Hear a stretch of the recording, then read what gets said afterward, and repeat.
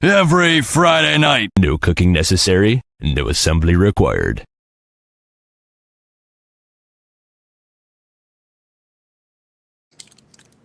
What's up, everybody, and welcome to Behind the Gates. Let me see if I can get Angela in here. Okay, Angela, say something. Oh, still can't hear you. Well, Angela's working out her audio, folks. What's going on, Donald? Nothing much. Just being here, moisturized and unbothered, and then moisturized and unbothered. I know that's right. Mm-hmm. That's right. Y'all gonna have to excuse me because some reason, somehow, I got extremely hungry. So I got me a PB&J and some chips. So y'all gonna have to just bear with me. I got me some fruit snacks, some chips, and a Red Bull. All right, let's make it happen. Not the Red Bull tonight.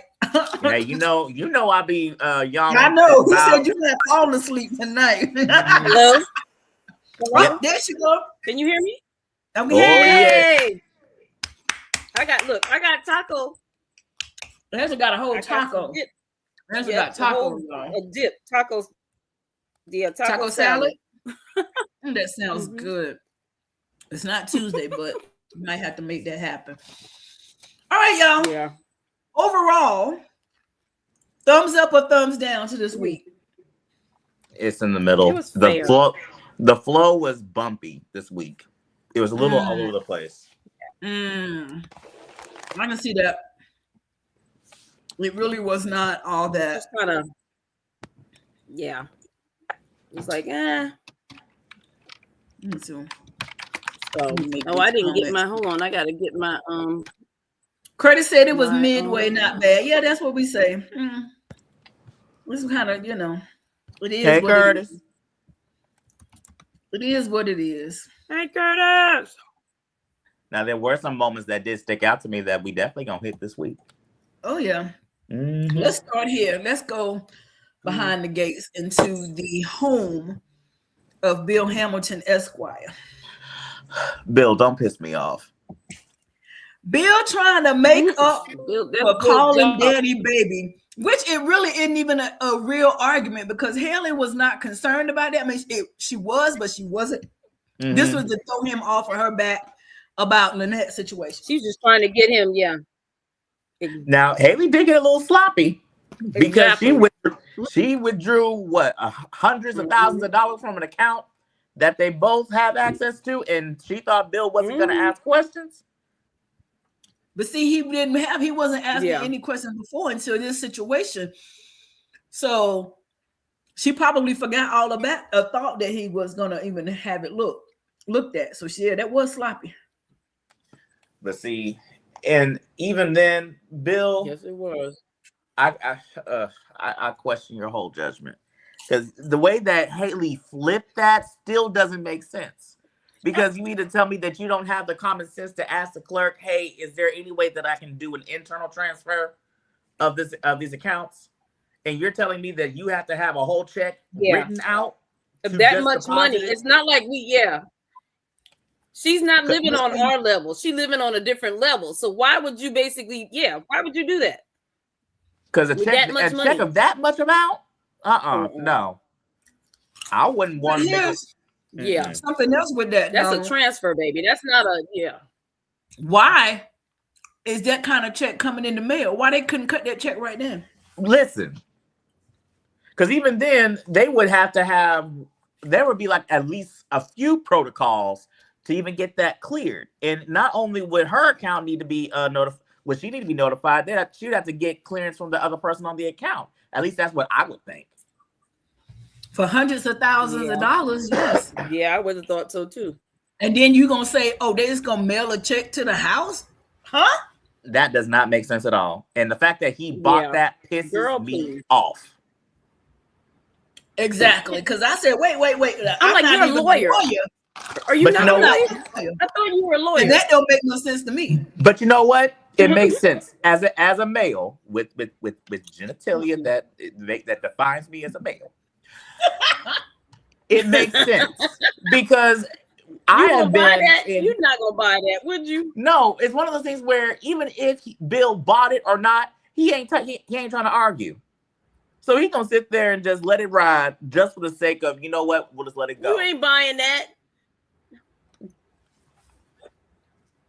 Listen, that would be my look. Any person with middle class and lower, anyone that transfers or withdraws just a couple of hundred, they're gonna be calling the other person and say, "Hey, yo, bro, why you taking this money out?"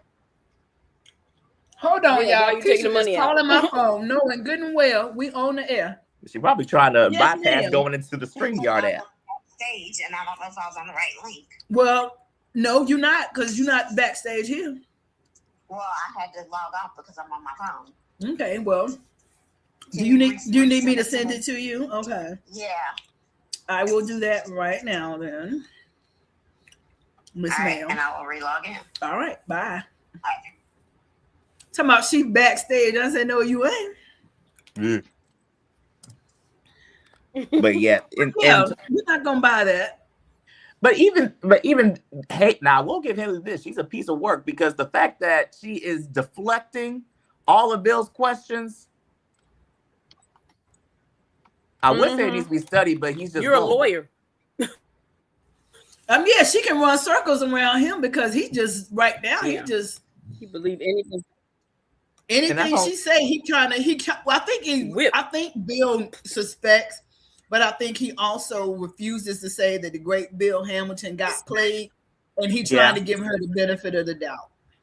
There ain't no benefit of the doubt to give. It's once it with the kind of person that Bill is, and I'm gonna play into his Scorpio tendencies because based upon the show, he is a Scorpio. He ain't gonna let that pride he ain't gonna let that pride slip. He gonna sit there and find a way to get Haley back one way or another. He's sitting there calculating. If he make it, because as we see next week. Yeah, he gonna be coughing up something, and Haley just sitting there looking like, choke, bitch. And now she's sitting there trying to put. How you go from? I like how he threw the flowers, and then said, "Well, we got something else to talk about." How in the world you go from firecracker mad to let me go upstairs and put on something to play in over some flowers? Because I'm still mad. If I done got that mad, I'm not going upstairs to put on no lingerie for nothing. Yeah. I'm sorry. Definitely would have took more than some flowers. Exactly. That's my point. No. Child. But we see what we didn't see on camera. At least I missed it, unless y'all showed me. Well, they definitely had some marital relations before they stepped out. Well, he popped up with the ring at some point, so maybe that's what they did. They forgot to show. That's what I'm saying, because I don't remember seeing him give her that ring. I don't either. They didn't show it. So that must be look. Maybe the ring was in the flowers. And this is a very dumbed down look with Bill. Because this black turtleneck, this is a dumbed down look. Not being in a suit. You don't like that without him in a suit. Well, what's interesting is that they brought the ring thing up. So I'm wondering, does that mean the other ring thing is going to pop back up into the conversation? Well, no, because he know it's gone. It's just gone. He had to replace it. So I thought Lynette but that doesn't mean it ain't going to reappear. I thought Lynette pawned it or sold it. Because we don't know where Lynette. We don't know what Lynette did with it. We don't know what she did with it. It's just gone, and we don't know where she is. She gone because they said this week. Randy said he was getting rid of her personal effects this week. So that don't mean he really is. I know y'all don't like people to die on this show. It's not that we don't like, we just know so. And if ain't nobody, ain't nobody. If ain't nobody, this one just don't make sense. This one don't make sense. I'm not saying it does. I just know that if ain't nobody, ain't nobody. I mean, I get that too. But look at Doug. I mean, we have yet to Lynette serves no purpose to still be alive. It might be 5, 6, 7, 8, 9, 10 years from now, but that don't mean they can't reappear. This is true. For real. Look at Stefano DiMera. Stefano DiMera done came back 3 times? Hell, sometimes there is a body and it's a body. Do y'all remember when That's right, Curtis. Do y'all remember the soap opera Passions? Do we When remember? Teresa got said, do we remember? I know that was our show right there. Listen, when Teresa got executed, and then they had a whole wax figure in the casket, but they also had Teresa chasing Ivy and Rebecca around like they some crackheads. And then all of a sudden, Alistair gonna bring Teresa out, all just groggy and everything. One thing Passions didn't do was kill. They knew it. They knew how to kill people off. Passions was my show. They need to bring Passions back. No, they don't. Yeah, they did. Passions was ahead of its time, but we talking about Beyond the Gates, though.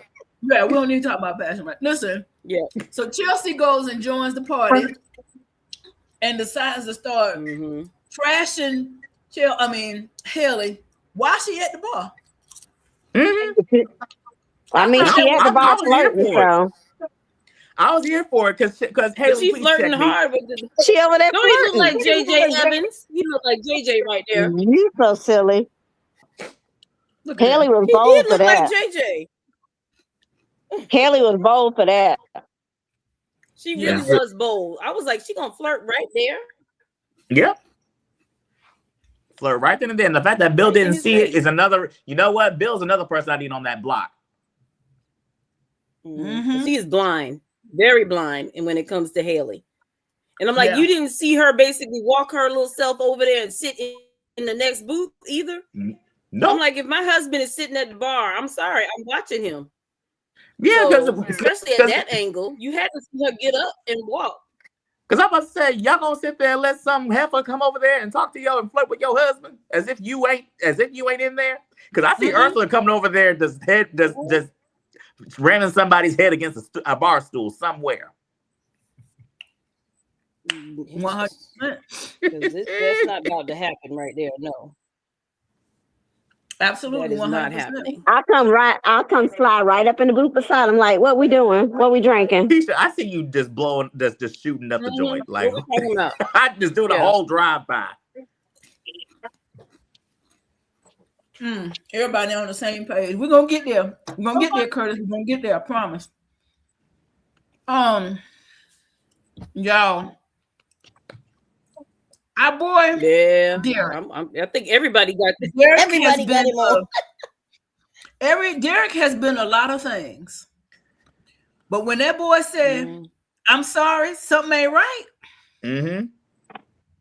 yeah, he knew it. Want to say Derek wrong. Derek's spidey senses. And she got to be thinking about it now.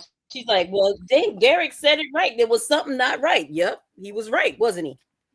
Something ain't right with your boyfriend. I'm so sorry, Grayson, but no, you are not volunteering at my clinic. Listen. That was hilarious. He said, I've never been rejected from being a volunteer. You know what? He said, not today. First time for everything. But do you think he really sensed that something was wrong, or is he just hating? It's two things. He been saying before. He been saying all along it's something sketchy. Because Derek, but I'm wondering if he's thinking it's something sketchy because he's hating, or because he really thinks it's something sketchy. I think what Derek said is true. It probably started as hate, and then it went to something else. But like we said, two things can be true at the same time. And he said it.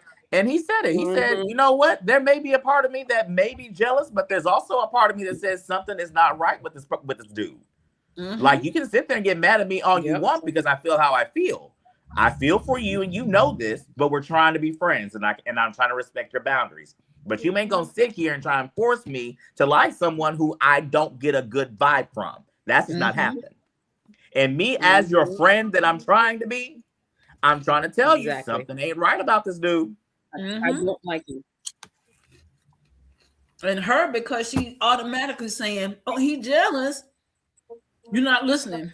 He's not listening.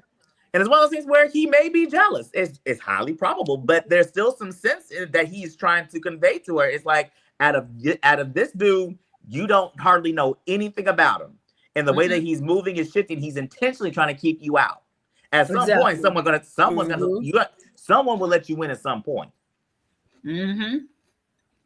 And he's continuously keeping his guards up. Why? I got to give it to her. Them blonde highlights is working in her hair. Listen, whoever did her makeup this week, Yeah.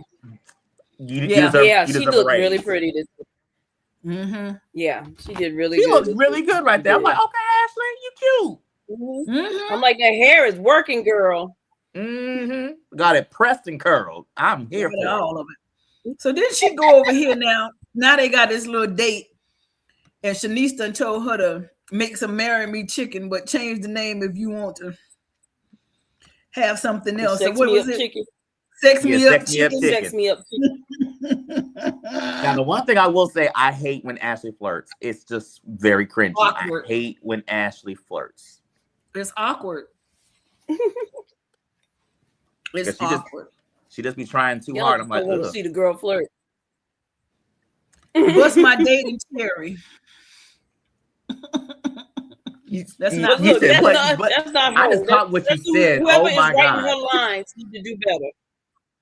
Yeah. But whoever's writing her lines need to do better, not her. It's her lines. But before we go to the inevitable, let's stay on the timeline some. And our girl Shanice came back from her conference. Yes, we need to talk about this real quick. And then in comes Nicole. Mm-hmm. Now, I'm sorry. I don't care what y'all say based on the whole everything of what we have going on. I see Ted and Nicole. They listen. Listen, Ted is about to be contender number 3. My mom is with you. They're talking about the anniversary coming up. They're talking about Kyle and Carlton, which we'll get to in a second. But Kyle and Carlton talking about, are we the only ones in the running? I know. They don't do nothing for nothing. Listen. Y'all go ahead and vote in the comments. Number 1, if you want Ted and Nicole back together, yes, all the way. Or 2, nope, I want him and Shanice back together. Because my vote is number 1. I want Ted and Nicole back. Because Ted and Nicole about to mess around on their anniversary night. Yes, that's exactly what I said. They about to. Ted is about to be considered number 3. The anniversary is coming up, and they keep mentioning that it's coming up. And I guarantee you, Ted is not gonna let that anniversary come and go without acknowledging it. And he gonna come with some flowers like he did for Kat's birthday, and they gonna slip and fall. See, Ted, but the thing with Ted is that he knows all of Nicole's weak points. But also he knows that she wants a little bit of a wild side too, and Ted loves a wild side too. So I don't know. This is going to be very interesting. He is going to slip and fall. Both of them. They're gonna be over in that Bowman, tearing it down. Yeah, and it's one. No, we're gonna stay with the timeline. But your daughter clocked is like, why are you still at the hotel? A whole hour. I mean, a whole year later, you still paying that nightly rate at that hotel. I don't know why he. Yes, a whole year. You ain't have time to find a house at all. He must have stock in that hotel. No, it's not that he ain't had the time to. He don't want to because Vanessa Shirley would have helped him. Let's just say the hotel on the low average is $100 a night. A year in a hotel is $365,000. Well, that's a lot, man. My God, today $36,500. That's still a lot. Mm-hmm. That's 20% down for your house right there, depending on what house. But that's to say that the hotel is $100 a night.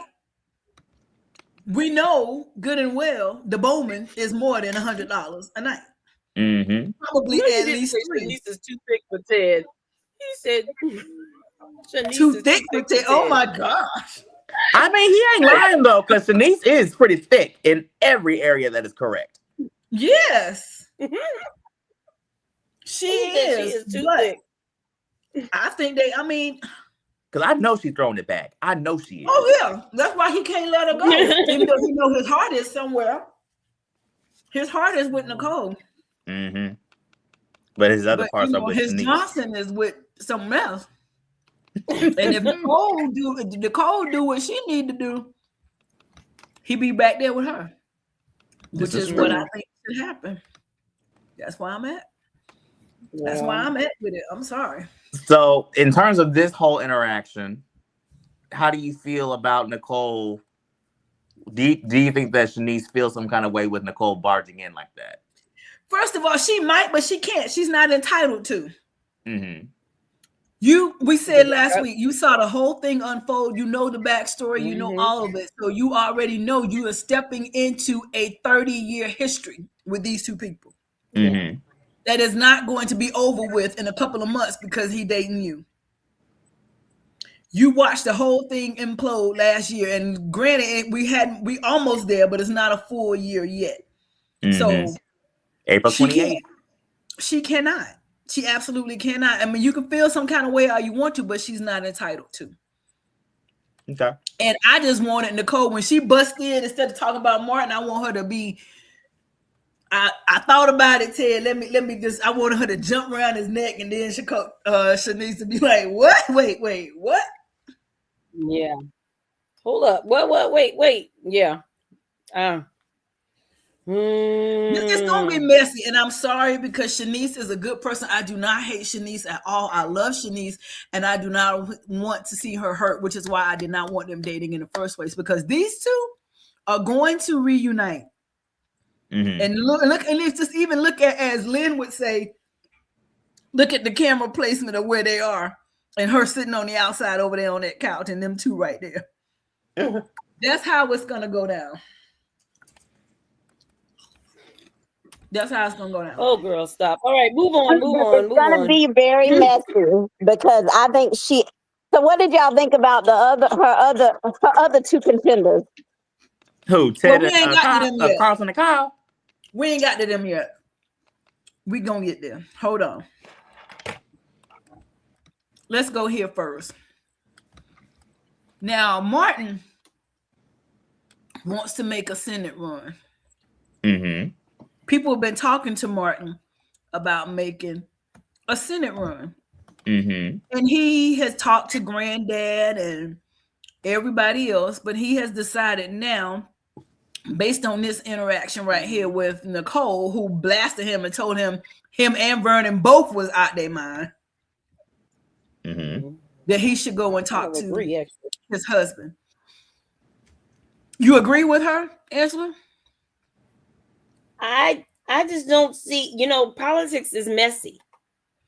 For you to sit there and think that this might not come to light somehow, some way, like that crazy one that his brother came and showed up the first time. Now, what about a sister, an aunt, an uncle? Somebody's going to be missing the idiot that just went away too. So I'm like, wouldn't they? This is not Martin's first campaign. Are you trying to tell me that him being there in the DMV, being a black man, running for Congress, is Congress that low on the totem pole that they wouldn't seek enough to keep him out of that seat, knowing that he's a Dupree? So what is the difference between the level of scrutiny he would face from now and then? From this and the Senate like race? You said, it's a soap opera. Apparently, it wasn't an issue before, but now it's going to become an issue because it's up in the air and everybody's talking about it. He's running now we have a missing body. Okay, but he's running now. That's the point I'm making. He's in the middle of a campaign right now. So what is the difference? I mean, ain't no difference to me, because to me, he shouldn't have run now. He should have been done with politics. I think the thing with the Senate run is that even though whatever he went through whenever he was running for Congress, Senate will be amplified. So whatever competitor... So whatever competitor he goes up against is going to be a bigger platform, as opposed to, I will say, locally, with him being a local congressman, he's going to go for the national platform, whereas opposed to it being just the people in the DMV, that would be watching him under a microscope, the entire nation would be watching him under a microscope. And remember when he ran for that seat that he has, remember it was unopposed. But he ran for that seat, it was unopposed. Yeah, I don't think he has any opposition right now. Okay, but still, even with that, and Curtis made a point, he's saying he was already elected when that night happened. Yeah, he was already a congressman, so he's opened the door now for scrutiny for running for re-election now. I don't think there's a difference between now and the Senate run. Now, if he was going to run for president, yes, they were right to stop him at president. Well, I think, like they said, I agree with Angela from the standpoint of he doesn't have any opposition. I guess they're anticipating if he has opposition, then they're going to dig. Now, what my thing is, and I don't understand. Well, like we said, we don't know who this man told before he came and got himself killed. Mm-hmm. So we don't know who's gonna be looking. Well, something's gonna happen because there's no reason for them to bring it back up now. So the fact that we're talking about this again, we got to go and relive Martin's story over again. I was like, why do we have to do this again? I thought we were done with this. I was so tired of the story. So this is my question. What would Martin's source of income be if he wasn't in Congress anymore? Because what would he do for a job? Yeah, he'd probably be a public speaker or something. Public speaker, that's what they most of what they do. Get paid to speak. But let's just go there. I'm glad you made that point, Donald, because he goes to talk to his husband. Don't get me started with and this. His husband, a man of fear, had a problem with him in the Senate run and basically accused him of being a hypocrite and why you back to the same old man that's not protecting our family, and how could you? See, and he just gave him the riot act, and I had a problem with that. I did too, and this is my thing. Not that you putting our whole family in jeopardy anyway. I didn't understand that. Just like you said, I didn't understand that being any different from what he's doing now. Now, what I did agree with Smitty on is why does everybody know about this before me? But this is my thing.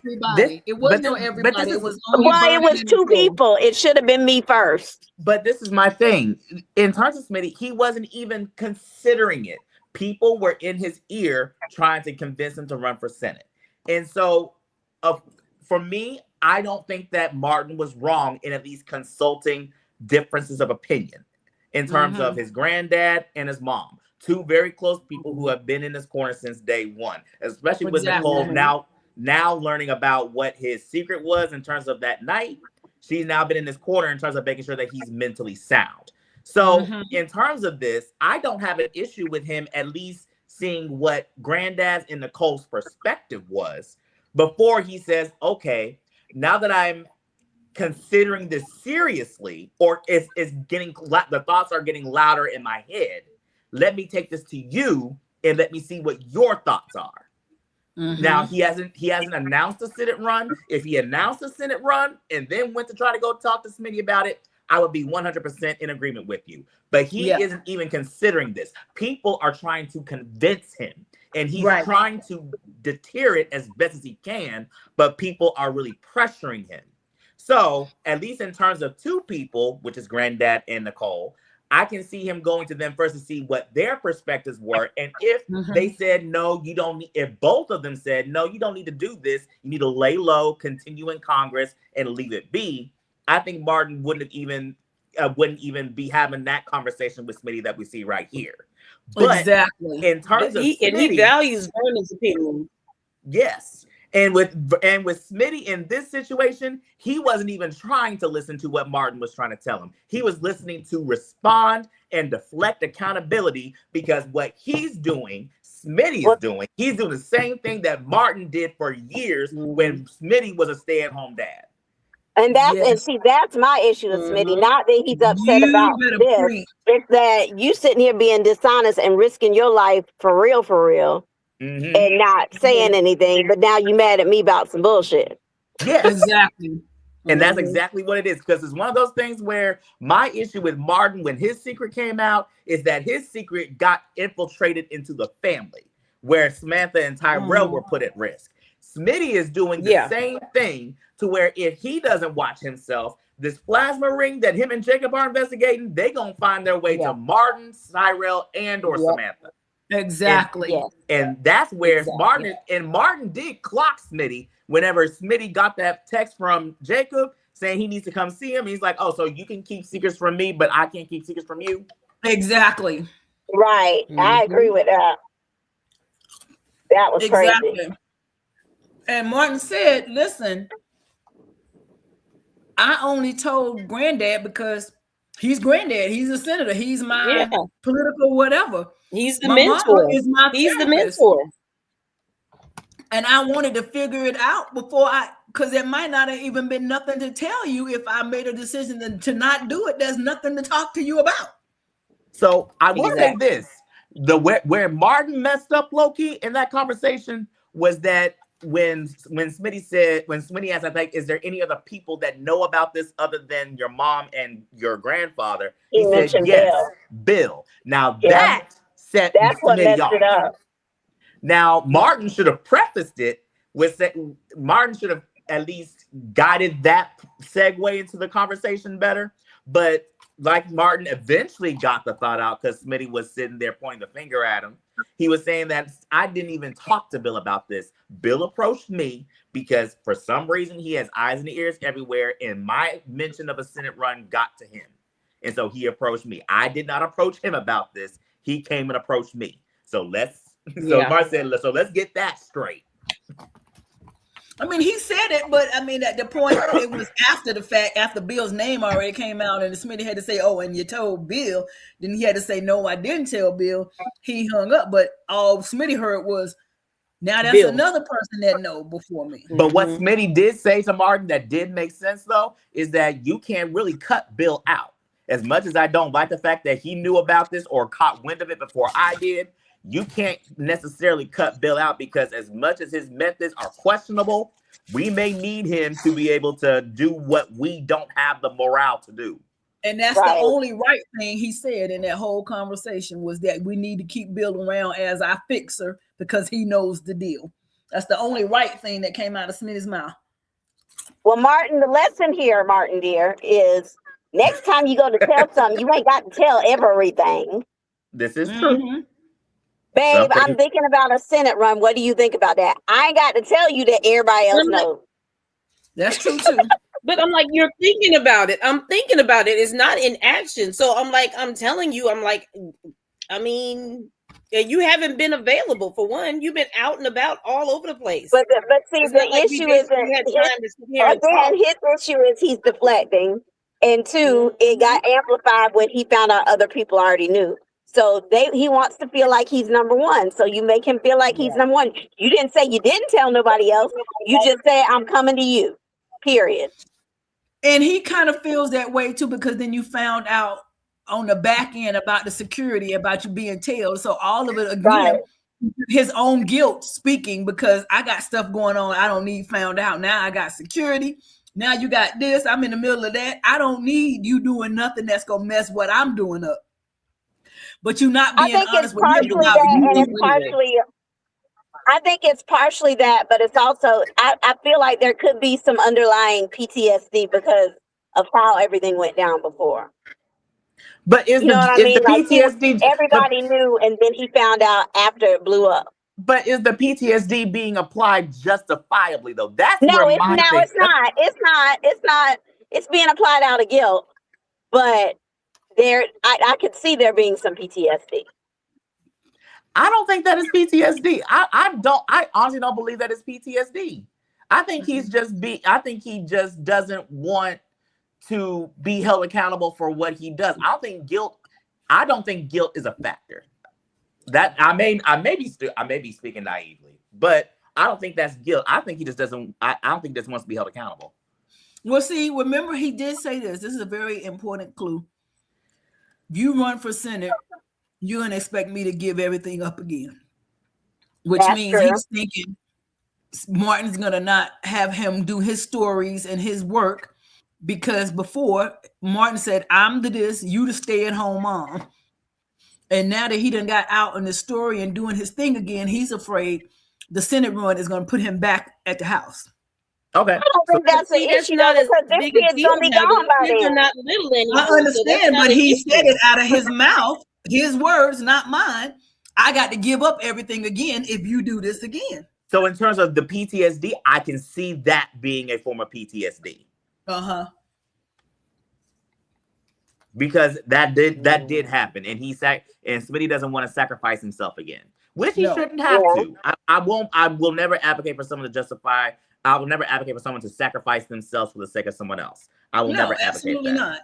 So I can see Smitty having some concerns of like, okay, if you're gonna go for an even bigger platform, what does that mean for the family? Because even though Samantha and Tyrell are almost gone to college at this point, in terms of me, what am I supposed to do? Right. I mean, it warrants a conversation, definitely, but his reaction, I think, was dead wrong. Definitely. Now 100%. this one here in the back, working his way over here. Listen. You know, Joey just a shark, just lurking for every opportunity to say, you know what, they look like they having a little tiff. Let me go on in here because and as we see next week, it's gonna amp up between him and Vernon. See, it's my issue with Vernon. Vernon has no power, none at all. There's a post circulating through the Beyond the Gates Facebook groups in terms of who is the most powerful. It's like Vernon, Joey, Bill, and someone else.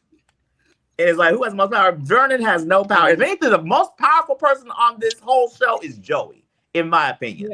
Yeah. I think Vernon's power is just influence. It's just more of a respect and influence type thing. People respect him, and that's where his power lies. Respect and power is two totally different things. You can respect someone, but he can't. Now Anita holds more power than Vernon does. I think Vernon. I think he's empowered because people respect him so much. It's the name. The power is in the name. That's it. But there's more people that have influence over more influence than Vernon do. Oh, there's definitely more. Oh, Joey is by far the most powerful person on the show. Now, I will say Bill, even though Bill is a product of Vernon, in terms of what Vernon did to open the doors for Bill to be who he is, Bill has more power than Vernon. Bill is that pit bull who doesn't know he's a pit bull, because you get him and you smack him on the nose, he won't growl at you, but he's not realizing he got the power to tear your whole face off. Oh no, Bill is a pit bull husky mix. Because a husky, if you ever had a husky, that butt will sit there and challenge you in every way and knows what he's doing. The only thing that you're gonna put a husky in his place is if you show your alpha dominance. And that's the thing with Bill. Now Bill's Achilles heel is Vernon. Because he always wants Vernon's approval. Yeah.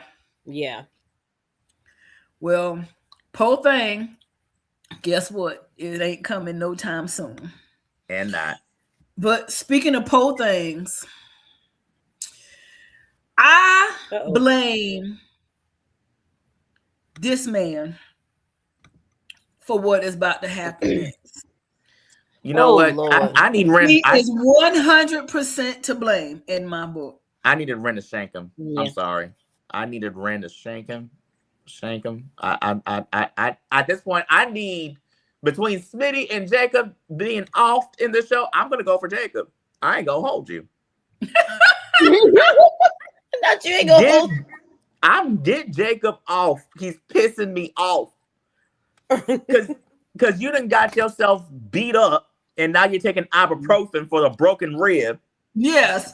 And now you getting Grayson shanked because you want to sit there and change the drop. Yeah. And then you poking your head in business that you are trying to shift things that have been in place long before you became undercover.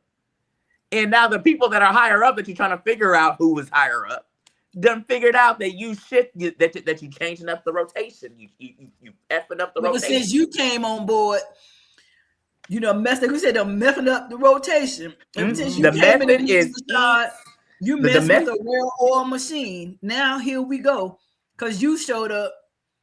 Now stuff ain't right. Because the rotation is eat, shower, sleep, repeat. And poor Grayson didn't even know he was on the phone with his mama, and then just had. I'm so happy he hung up, and Mama didn't hear that, because that was just Mama would have been upset. Look at Rail's face. Said, I like it when they fight. I like it when they struggle. I'm like, ooh, you special. I mean, you came all the way to the hospital to shank me in the damn stairwell.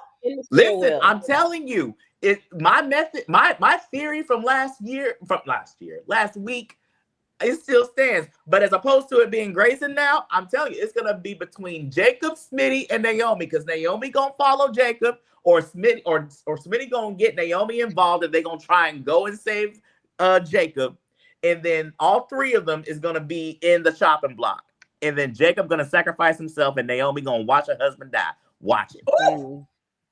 Lord, boy, you know you need to write some stuff. You look. Listen, if you ain't gonna cast me as Bill's illegitimate son from one of his many affairs during his and Danny's marriage, put me in the writing room.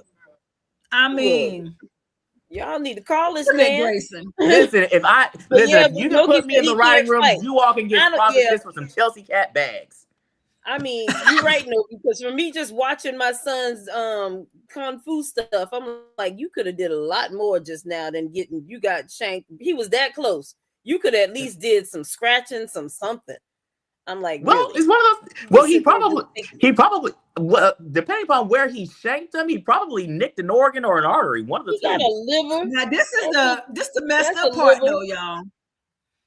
He says, Jacob later. Well, first of all, before I go there. Yeah. Noki, that's what I said. Left the hospital to go to Ashley's house. I know that was. We ain't got there yet. Look, we're trying to keep on the timeline. No, I know. But what I'm saying is, he's sitting here. Rand want to see what his reaction gonna be. Grayson calling him. He don't answer. He talk his way out of it. Realize Grayson's hurt, so I guess I better not get on the phone with him. And then when you try to call back later, talking about he ain't answering, why won't he call me? He called you 15 times in a row, and you did not answer the man. Now he could have been dead somewhere. He was trying to reach you before we died in the ditch. You don't know. But the point is, you was in the hospital, which I understand you couldn't get seen there because you know Leah is there, so you know the deal. Mm-hmm. You passed how many other urgent cares in hospitals? Yes. To drive yourself all the way over to Ashley's house. Yes. But see, even with that, Leah didn't really tell Ren to go shank Grayson. She's like, why did you even do that? Yeah, she said so violent. And he said, look, if you don't like my methods, you can do it yourself. How did he drive all the way to her house? And how is it that Jan got to the house and didn't see Grayson's car outside? How close does Ashley live to the house? Yeah, I mean, it's an apartment complex. She's never met him though, and she doesn't know his car. Yeah, she's never met an apartment complex. She don't know Grayson's car. Well, okay, yeah. I'll give y'all that one. So she doesn't know him. So she don't know Grayson from a can of paint. And Ashley was so funny trying to get her mama to leave the apartment. What was it? There was a scalpel. It wasn't really a knife. That's sharp as it was a scalpel. That's nice and clean. He got shanked. Not Jared said one-handed drive. I'm hollering. Oh, one-handed drive. It was a one-handed drive. Jared, it was. Holding it right there, yep. Instead of him being on 10 and 2, he was just on 2. Yeah. Just doing this the entire way there. Doing this. Then he switched and go back. Oh yeah. I don't know why she sat there. She could have just let Keisha put it on mute. Oh, my bad. She could have crawled to Ashley's place. He struggled to get up the stairs from the hospital. He crawled all the way through the street and way over to Ashley's house without being seen. Yeah. He was about as seen as Tina Turner was running through that. You got to get out of the stairwell. How you get out of the stairwell without somebody seeing you? Right, and down the elevator and outside to get to Ashley house. Because I'm like, without the trail of blood. I gotta go down a hall. I gotta check out of the building. Then I gotta go in. I passed how many people going out of the hospital? There's just no way that you don't get seen by somebody. But okay, this is soap opera land, so we're gonna let that go. But yeah, you passed how many places? You could have went to how many different? You could have went to the fire station. He said that he couldn't go to another hospital because the fear of either Ren or Leah getting wind of it. Okay, the urgent care, the Red Cross, somebody. We don't know what kind of pull Leah got. They wouldn't have. Yeah, because she got people. Yeah, she probably does have people everywhere. And now she has links everywhere. That's why I said he's gonna go septic. It wasn't blood; it was ketchup. And you know full well it wasn't even ketchup. It looked like spaghetti sauce to me. Some ragu was on him. That's what it looked like to me. That's why I told Raphael. I said he got spaghetti sauce. On her uniform, it looked more like blood. They did a decent job of it being on there. But yeah, because the one on her hand, then you go cook it in my pot.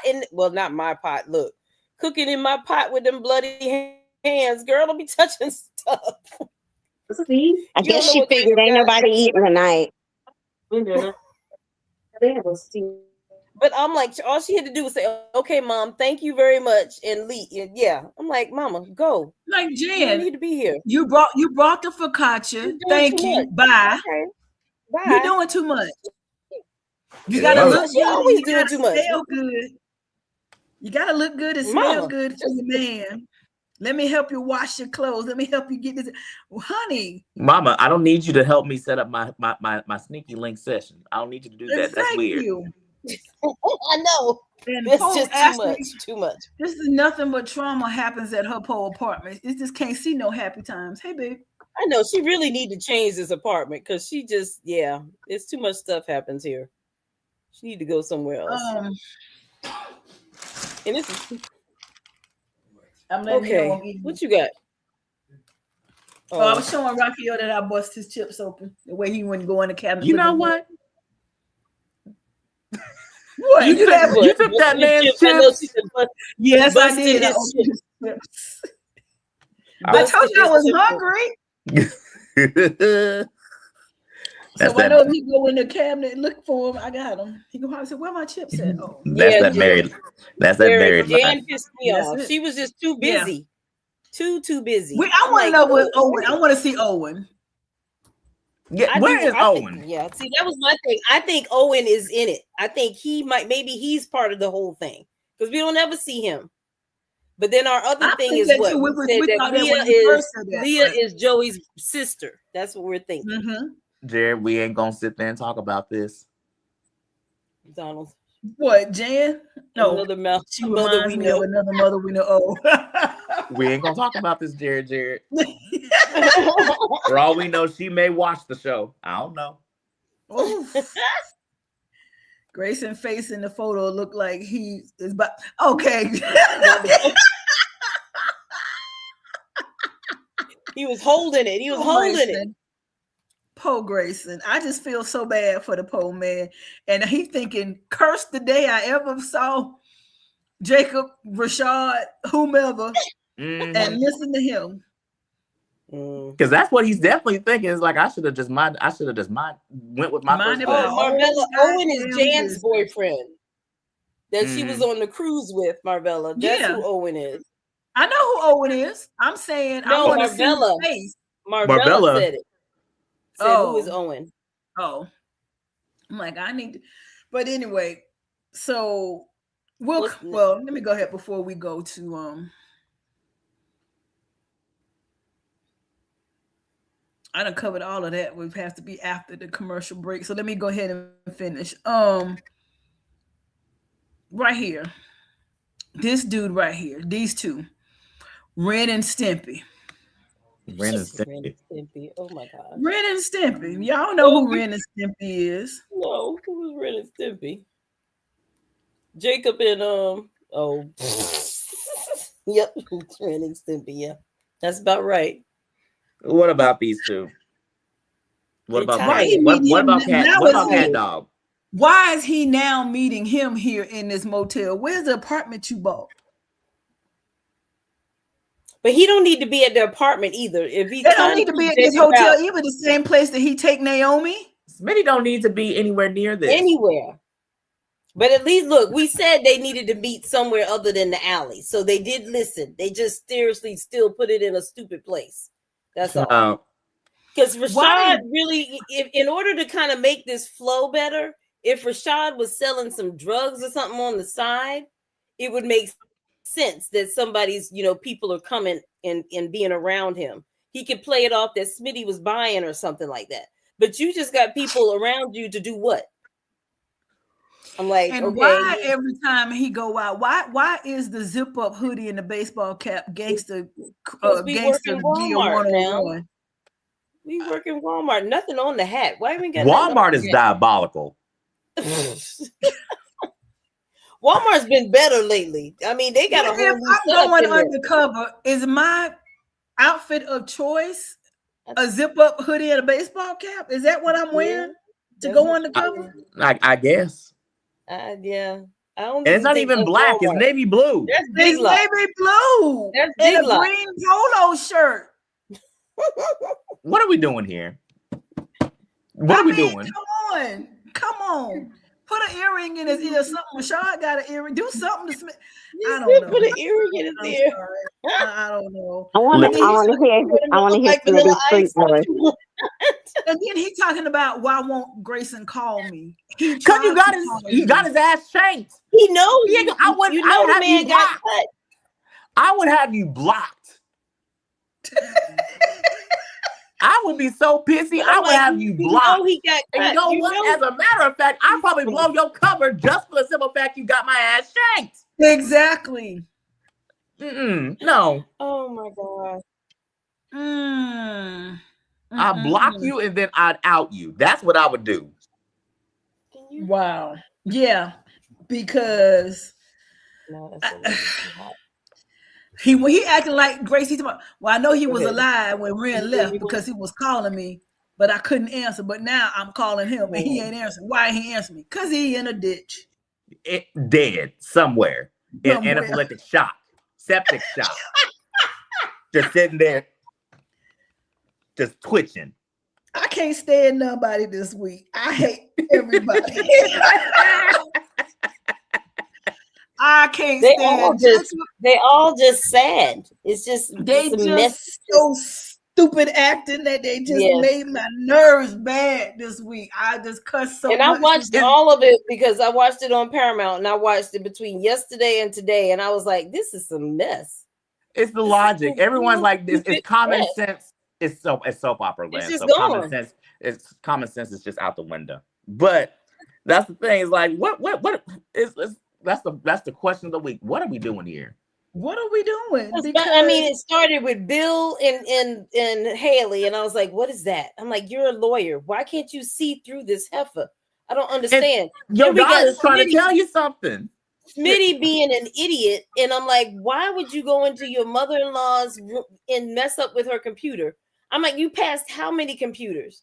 But I mean, I know you couldn't get in them, but you could have logged out the right way. That would have basically solved a lot of drama. Because Naomi came in there, but he had no business in there. Anyway, listen, we're going to have to go have some trivia now. Listen, y'all better be Johnny on the spot with this one because this trivia is so freaking easy this week. Yeah, don't be soap opera people. Be good people. Y'all be ready to get your answers in there quick, because it's really going to come down to tenths of a second, like a photo finish at the track of who gets these answers in here right, because it's super easy this week. So anyway, y'all get ready. Here we go. I'm telling you, it's super easy. Let's go.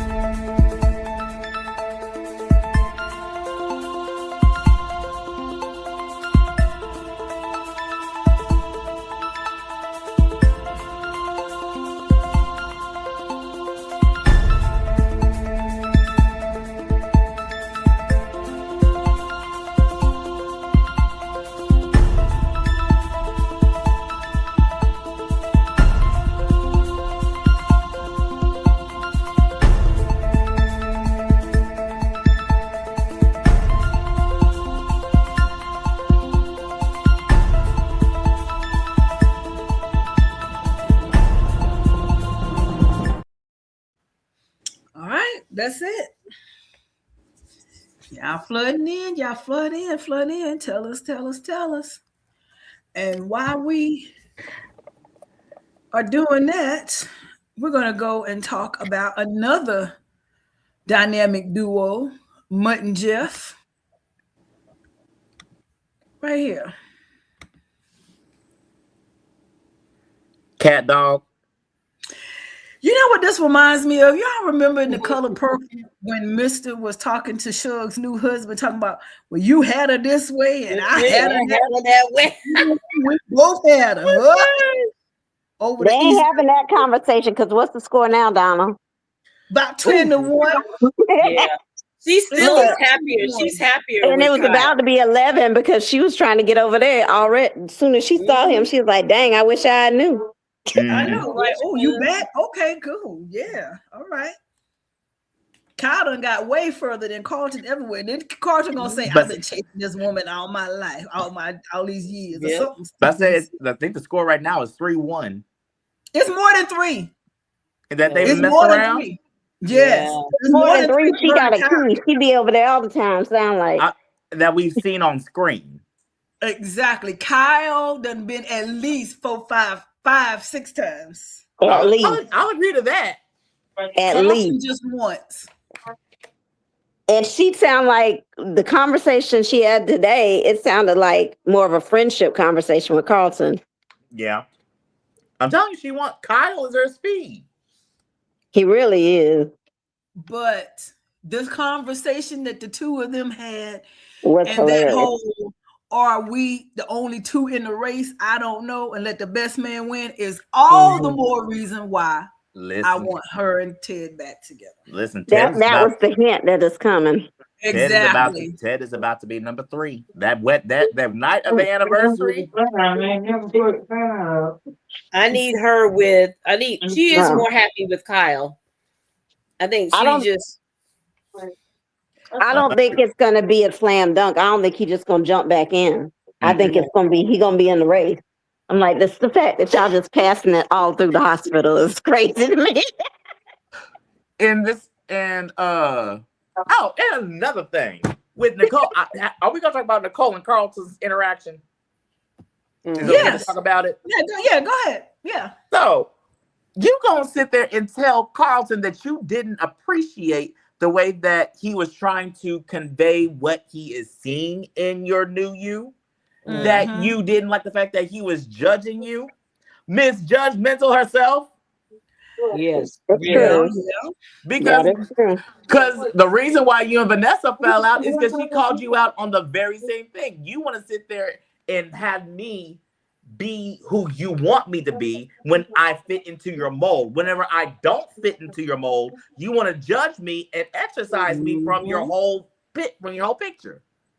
Yeah. So the fact that that Nicole had the gumption to fix her mouth to tell that to Carlton really rubbed me the wrong way. Yeah. Well, Nicole can do no wrong in Nicole's eyes. And that's the problem. Yes. Exactly. In her eyes, she can do no wrong. Listen, and that's the problem. Because she don't like to be called out on her bullshit. No, she don't. She don't like to be called out. Because she is so narcissistic and holier than thou. It's annoying. Yeah, she is. She is. She is a narcissist. She is a therapeutic narcissist.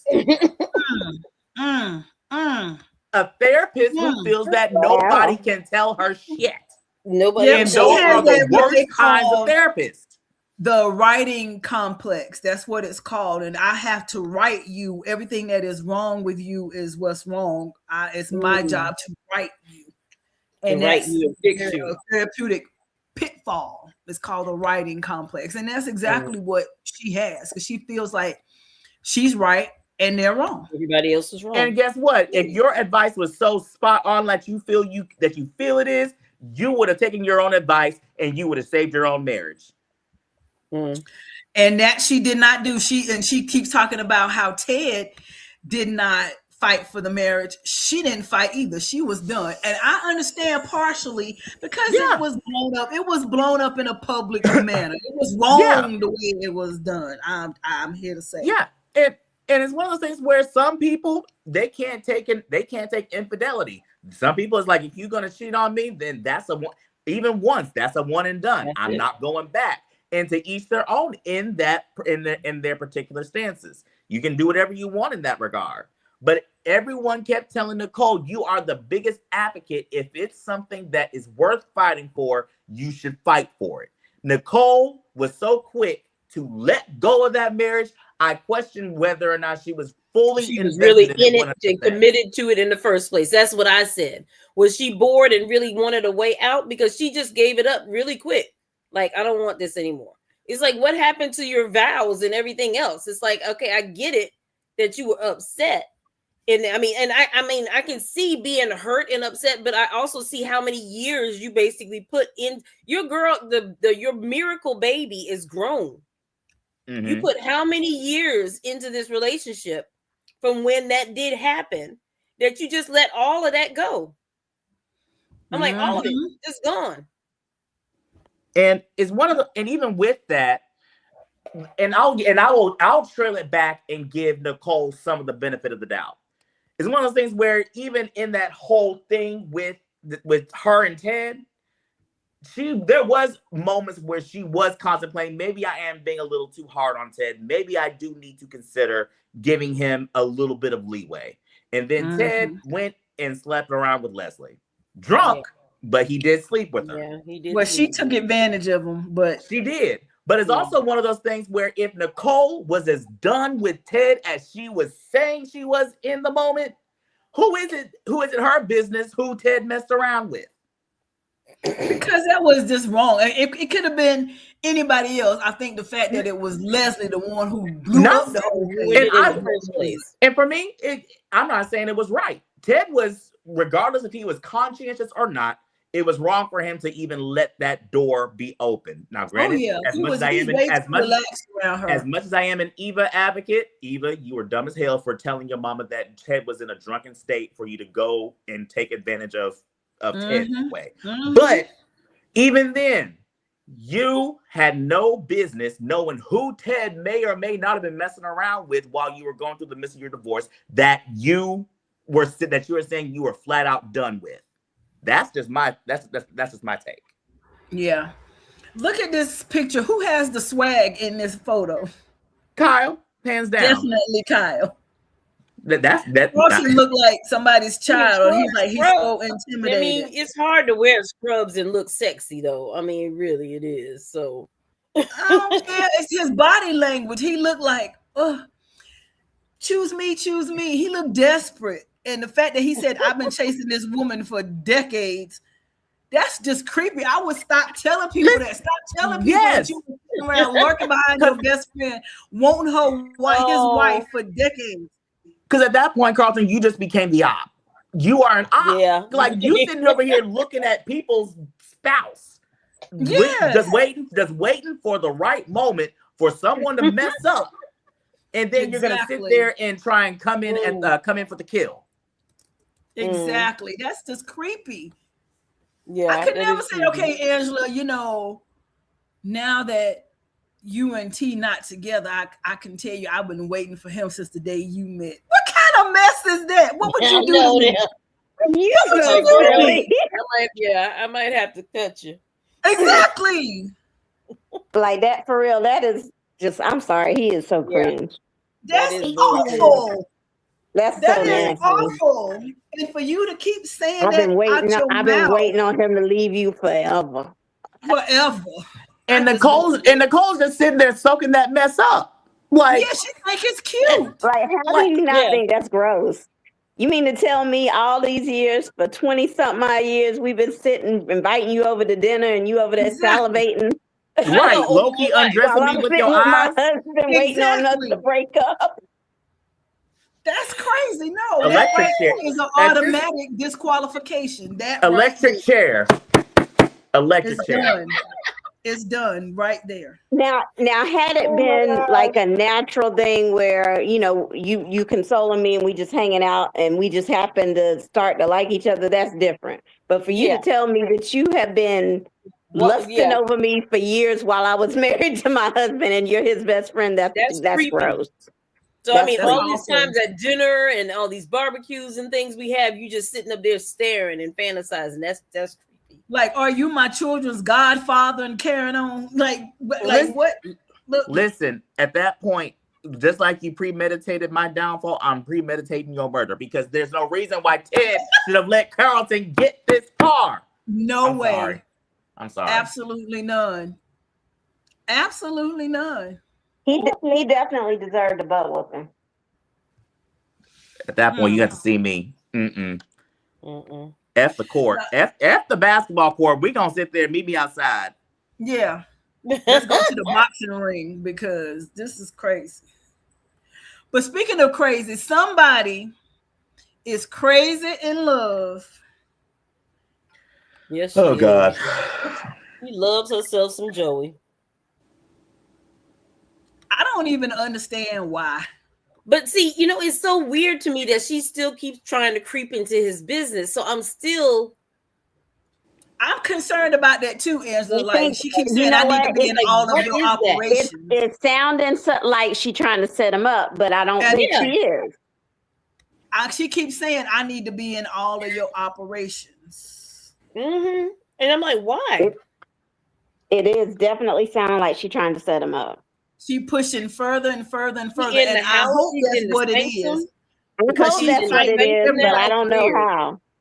The only thing that makes it not make sense is what it's done with her kids. Well, that's what I'm saying. I guess she's saying in order for it to be believable, she got to take these L's right now so that Joey realizes that she's serious. Mm-hmm. Because you have to take the L's all over the place first for him to, because if she trying to protect everything and still doing that, he gonna raise an eyebrow. But the fact that she fighting with Nicole, she fighting with her kids, the Duprees are telling her, everybody's telling her, she is saying, hey, forget everybody, it's just me and you. Mm-hmm. Yeah, Noki, that's what I said. To see her jaw drop that she finds out that he did that, that's going to kill her. So I love she already knows. So I love this Jessica Rabbit dress that Vanessa got on because she is wearing this dress. The titties is just sitting there. Yes, pins across the board. He's like, when I come home and I can come home to this, he's like, yeah. It's like, I need to do that kind of thing. Because she is wearing this dress. I am loving this dress. Yeah. I give it to him. He's sitting there like, oh, okay. And her and this whole thing about whoever these people's name were in the picture. Jane and John or somebody she done made up. Mm-hmm. Because when she put it up there, I'm like, why she putting this generic? Like, who are these people? I was like, it's the people in the frame. I'm like, okay. And I said she was going to try and get them to take a picture when she just left the people in the picture frame. I was like, oh, that's cute. Okay. But I'm going to still stick with the original theory that she's doing all of this to set him up because there's no way Joey can get away with killing Doug. I'm sorry. Potentially. Like I can see, like I can see Vanessa setting Joey up, and then he keeps on talking about he's never let his guard down this much before over somebody. So I can definitely see her saying that. Yeah. I can see her going behind his back and bringing him down. But then what's gonna happen to her? Because he got people everywhere. He do. And that's gonna really But that's why she's trying that's why she's trying to put herself in the middle, so she can basically be the one that everybody's looking at as well. When she does take him down, it's like, okay, well, I'm also the boss. Is it Doug's alive and they're working together with her setting him up? Is it she's trying to avenge her husband's death? What is it? I think that she's just trying to carry out Doug's wishes of taking Joey down. Mm-hmm. I think that's highly probable. You think Randy knows what her plan is? I don't believe so. So she working solo. I think so for the moment, or if anything, Marcel probably is the intel that she needs. I'm not sure, because this one is a very interesting. Okay. This was an interesting situation to try and theorize, because there's many ways that this can go. It's definitely looking like she up to something. Yeah, definitely. She pushing too hard, too She fast. pushing too hard. Yeah, she pushing way too hard. To try and Too be hard, in the too middle. fast to be in the middle of everything. Everything. But you know what? And how she said it today. So how is our venture going, or is it okay? What did she say? Yeah. Is our Is something going on with our ventures or our enterprise or something? Yeah, something. Yeah, that she said like that. Yeah. But the thing is, in order for her to survive this, if she is, when it go down, he cannot suspect her. Not at all. And that means if she's getting so entangled in everything he does, she's running the risk of going down with him. Unless she's working with the police. Well, who else in the police that she can work with that's not on Joey's payroll? He got everybody except for Jacob. Oh yeah, you're right. He got everybody. Unless she's going federally to the FBI. Take him down herself and just basically take him down and trying to get him a RICO case going. But yeah, taken down by herself, like Ursula said, though, that puts her at risk of going down with him. Exactly. No, I'm talking about actually kill him or do something herself. Oh, yeah. I don't think she got that in her. I don't think so. No, she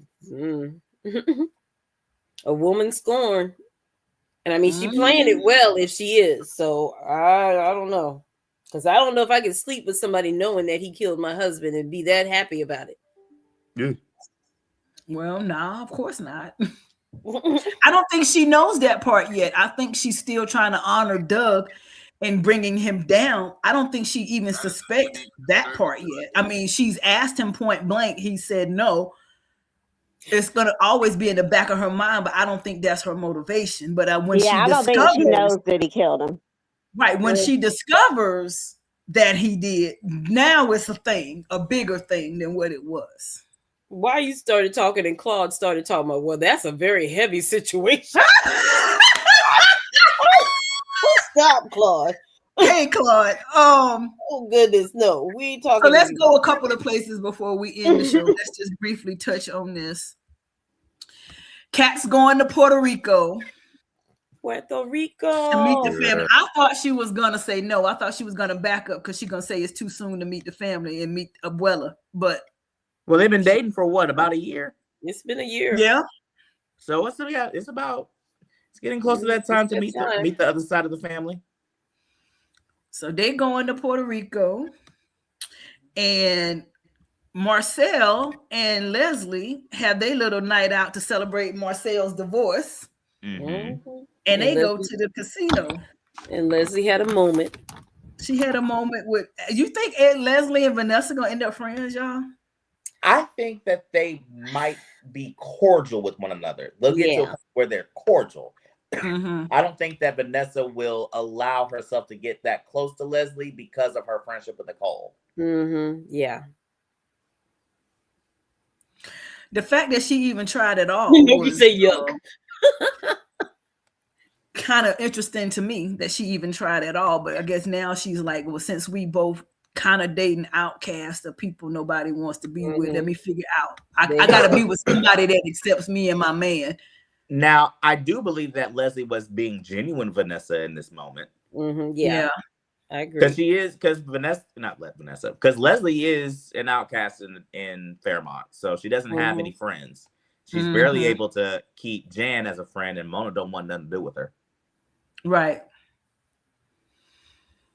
Well, let's just see where this goes. This is going to be a very interesting alliance if there is one. Okay, so now everybody just hold on to yourselves and let's just give a praise report right quick. Because Vernon only got low vitamin D. Amen and amen. There's no dementia, Alzheimer's. Madison was able to see. So I said, well, thank you, Lord, for now. Now, Anita had me hollering. Anita said, it is time for us. She put that heart right there, like to get back to what made us us and do all the things we need to do. The Grands is trying to get busy, y'all. As they should. As they should, and I'm here for it all. I blushed. I said, hey, come on now. They need to keep that to themselves. No, I want to see it all. The fire and desire right there. Listen, this reminds me of my grandparents. And I went to the hospital with my grandfather to have his knee replaced. And my grandfather at this point was about 87, 88. And he said, I have to get my knee replaced because Earlene, which is my grandmother, she just keep bouncing up and down on top of me. And I said, Earlene, my knee can't take it. I said, Grandpa, I don't want to hear no more. I know that's right. Whose parents are these? My mom was I thought for sure that was Gus's daddy. Oh, no. Saying something like that. My grandfather, my mother's mother and father, she told me, Lord have mercy. My grandmother, I would have left and I might not would ever come back. My grandmother was serving tea to the point he needed a knee replacement. That's how you got here, girl. You get listen. They had to keep the tea going. Listen, them moo-moos back in the day. I'm telling you, they were dangerous. They were dangerous back in the day. I'm telling you. You see that meme that says, now this little flimsy little piece of nightgown is what got 12 children and all this, that, and the other. You don't need the lingerie and stuff. You need this simple gown right here. You just need this little simple little moo-moo. Listen, Willie Earl done worked all day, and Lula Mae is fixing the chicken and the greens and the telling you. The chickens and the greens. Is she up there dancing in front of that pan while she frying that chicken? That just right there. That was it right there. And she getting that batter together and the hits. Oh my God. Behind the Gates After Dark has taken a very, very dark turn.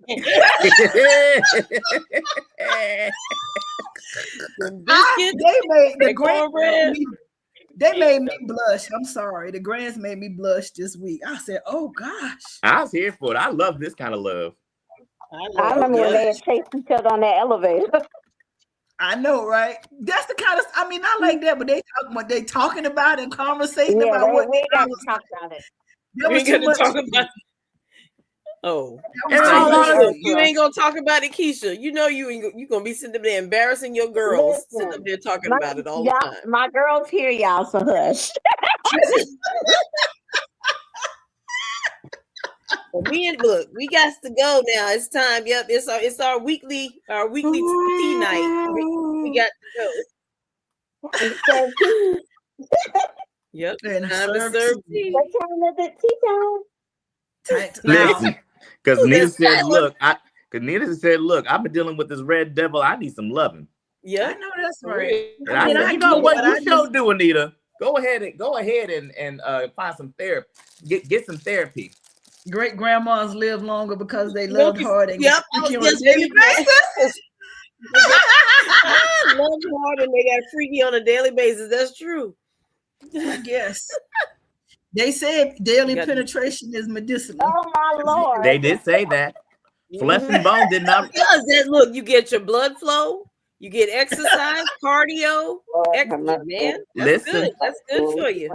Flesh and bone didn't reveal this to you, but through the Lord and power of our Savior Jesus Christ. Just telling you. Trying to log into I feel so bad for Danny. She wanted to work with Chelsea so bad. I really did feel. Chelsea just broke her little heart. I did feel bad for Danny. Sorry. Thank you. Yeah, she was hurt. But now, like they were saying, do you think she did it because she just didn't want to work with her, or did she do it because of the real situation of Yeah. Both. That's what I wanted to do. It was both. One, she doesn't want to be shadowed by Danny's With her mother. reputation and Tatum's reputation, because she's still trying to get the name of Chelsea Cat out there as a brand. And then also, even if it was a good idea to try and put the brands together for exposure for Chelsea Cat, Chelsea don't want to work with Danny anymore because she basically, like Naomi said, she was overwhelming. She was overzealous. Yeah, and just the way that she wouldn't take no for an answer until Chelsea crushed her heart. Everybody tried to tell her, no, this is not the move. And it was like, I know what's best for me and my baby girl. I'm going to do it anyway. And that's when Chelsea was like, no. It's one of those things. Well, this looks like, good. and even then, even then with Chelsea, Chelsea and Danny, you've only separated for almost a year. It's one of those things like it's too soon for Chelsea. It's too soon for you two to try and do anything. Chelsea and Kat are just now starting to get their business up. And she's enjoying being her own boss. Let her enjoy that. And you're just now getting into modeling. You're a legend in the modeling game, but you're just now getting back into it. Solidify and get your bearings first in your respective careers. And then depending upon how you two fare down the road, you can look into doing a potential collab. Yeah, I think that whole Bill and Naomi situation and her having the BRCA gene, not facing down, like, I really don't know how much time I have left, quality time I have to be with my girls. She was thinking, let me hurry up and get with Chelsea the way Bill is with Naomi. That way we can kind of have that. And I understand that, but I think that, like you said, build it a little more, because just because you're carrying the gene doesn't mean that this is going to happen. And just live your life the way it is, and let it be. Because you got to think about it. You had that with her before when you was her manager, so y'all had that collaboration already. So you're just in a different season now, so it's okay. Just be in your mom season. Like, just be a mom. And that's one thing that Danny is struggling to do. But I did feel for Danny when she was telling Naomi, I'm so used to being a mother in terms of being on a strict schedule for both of you. And now that's basically gone. And I don't know how to handle the time anymore. And I will say, Danny broke my heart and ripped my heart out of my chest when she said, hell no to the Richardson baby. Hell no, I'm not having no little Andre. And I was like, no! Do you know what I do think is a potential possibility, though, that we still may get a Richardson baby? What? I think that Madison and Chelsea are going to want a kid. And for a sperm donor, since Andre is young enough, I think that Chelsea would ask Andre to be a sperm donor. That would be nice. Weird. Well, that might be cute and all, but I don't want the baby if it ain't Andre and Danny's baby. Well, it's one of those things where Danny, at least at this juncture, Danny has said, I ain't trying to have no more kids. I've done the mom thing, and as much as I love both of y'all, I love the fact that y'all grown and I don't have to change no diapers. But she has mentioned to Andre's, like, you're young. You should want to be able to go and have a traditional family and raise kids. Weird and everything. Dynamic, though. But it's one of these where I could see. I can't say I could see. It would be interesting if Chelsea and Madison approached Danny and Andre with that proposition, because Naomi has made it abundantly clear she don't want kids. Yeah, she don't want any, but I wanted Danny and Andre to have this baby, and her saying hell no, I was like, no, I want a Richardson baby. I do too, Ursula. I'm with Danny you. said she ain't Aunt Janet Jackson. Curtis, you stupid. She said she ain't Janet. Oh, gosh. But it's one of those things where I think what Danny ultimately needs to balance her out right now is a grandkid. Yeah, she wants something to spoil. She wants something to be able to invest in. And both Bill and Danny, honestly, both of them need a grandchild to spoil. Yeah. And let it be a boy. Because if it's a boy, Danny ain't gonna know what to do. And then Bill is gonna try and raise it to be him 2.0. Yeah, we might have to settle for $1,000 from Chelsea and Madison, but I really wanted Danny and Andre to slip up and have it. I wanted DeAndre. Yeah, I wanted one too. It may not be over yet. They're mentioning it again for a reason. Yeah. You know, it might just be a way to test the waters to see how we feeling about a Danny and Andre baby. I'm here for it. So. And the way Danny and Andre been messing around, hey, she may end up pregnant. Because I don't think she's taking no birth control, but she probably thinks she can't get pregnant. Who knows? Unless she snipped it. Well, anyway, we have reached that time in the show, ladies and gentlemen, where gatekeepers, you guys start voting for who you think should be kicked out of the gates this week and why. Go ahead and put that in the comments, and we will be right back after this commercial break. Yeah. When I finish with you, 23-hour lockdown.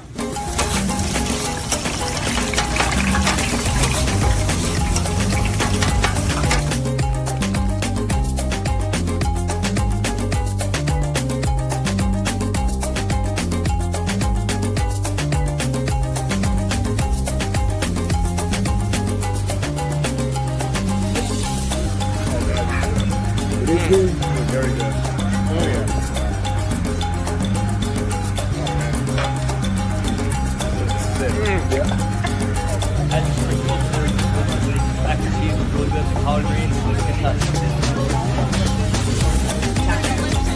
How you doing? How are you? Best time for us. Oh yeah? Oh, y'all like you guys fighting?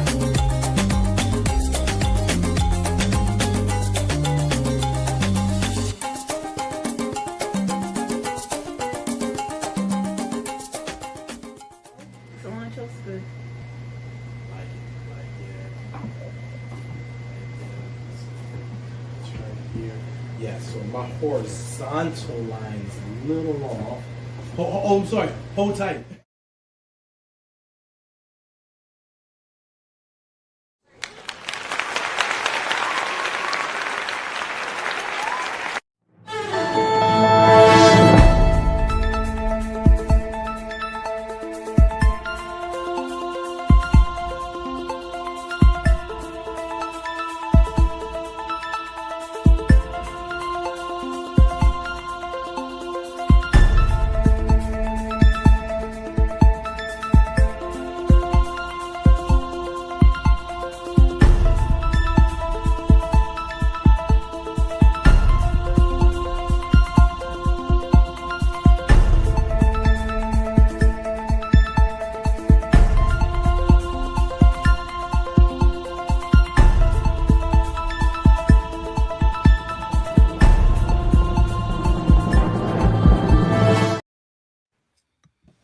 All right, Angela. So who let us know who won? All right, so we have Noki for number 1 and Curtis for number 2. Come on, so nobody got both of them right.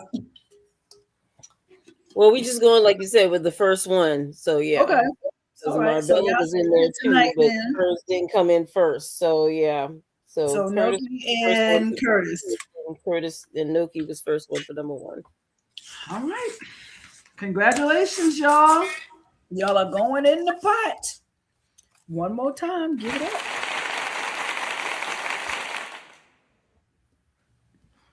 Okay. Gonna add the and in they go. Oh. All right. Angela, who needs to go home? Oh, Smitty and Jacob. Okay. And what's the one that did the stabbing? Ren. He ain't in the gates. Look, he ain't in the gates anyway. So technically, he don't need to go. He ain't do wrong. He did his job. He eliminating them. Like, he's not really in the gates, so it really doesn't matter for him. So yeah. So you have a vote for, as you say. You have a vote for Smitty, You said and Jacob. Okay. Mm-hmm. Donald. My votes are for Smitty and Bill. Okay. For Smitty, you are being entirely too hypocritical, and you're trying to deflect and avoid and project your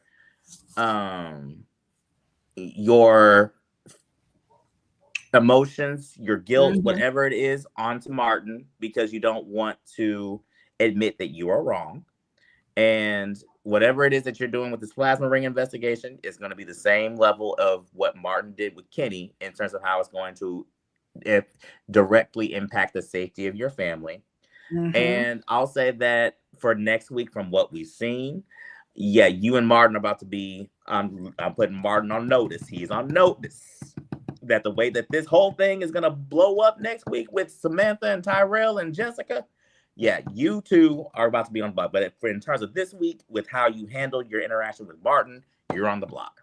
The other one is Bill, because you are too smart of a lawyer to let yourself get played by Haley the way that you did this week. The fact that she said that she took money out of the account and put into a check for it to be mailed to your house, when you could have simply just done an internal transfer of funds from that savings account you closed out over to your main account that you tried to say that you were trying to do. The fact that you fell for that stupid BS. No, you are on the. And then she tried to throw the baby in there too. Our baby, Bill, our son. Like, I didn't want you to have a constant reminder of what we won't have. Girl, bye. Why? Oh, yeah, For you're real. right. Keisha, who you nominated? Mine was whatchamacallit, the dynamic duo, Smitty and Jacob. I don't really have anybody over them. They, to me, top the cake. Okay. I am issuing a citation to Jan because she was doing the most. Listen. Yeah, that is true. Yeah, Mama. I agree. If I tell you I'm about to have a romantic date, please leave my house. Yes, like you had one job, bring over the missing ingredient I needed, and that was and it. then go on about your business. So she was doing the most. I've got to nominate Vanessa.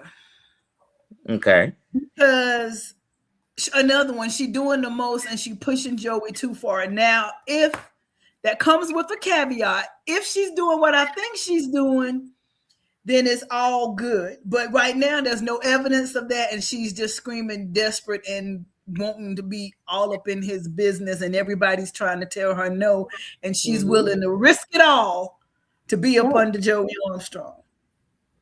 And so right now, because I don't know Vanessa's plan, I have to put Vanessa on the block because she's coming off as thirsty and desperate. And I don't know why, because the way she used to be a boss and own these men and do all the things she used to do, you wouldn't think that she would be that hard up for this one. Yeah. So she definitely is screaming very thirsty. She's screaming thirsty, and I don't appreciate seeing Vanessa slide to these ranks when she used to be a boss. We've met her when she was all over heart attached and Diego and all the men and doing what she was doing, and now she's just a shallow of a woman. Yeah, I don't like this version. As Carlton would say, I do not like this woman that you are becoming. Right. So I'm not feeling this Vanessa. So that's who my nomination is for.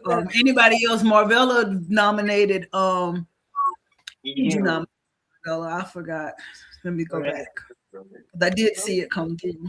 She did Leah. She nominated Chief Leah because she said she's a mean, evil, narcissistic soul with no compassion. She's a criminal. Well, tell us how you really feel, Marvella. She is Joey's sister, I do believe. I believe she's Joey's sister too. I also believe Vanessa knows something. What else I believe? I believe the children are our future. Okay, teach them well and let them lead the way. I knew you were going to say that. That's what I was thinking. Oh my gosh. I can fly. You believe you can fly? I do believe I can fly. Oh my! I believe I can touch the sky. I think believe about that it we every are the night and world. day. We are the world, and we are the children. And I am Michael. And I am Michael Jackson in the background, just livid at how everything is playing out. But you know what, y'all? There's a choice we're making. Yes. It's time to listen.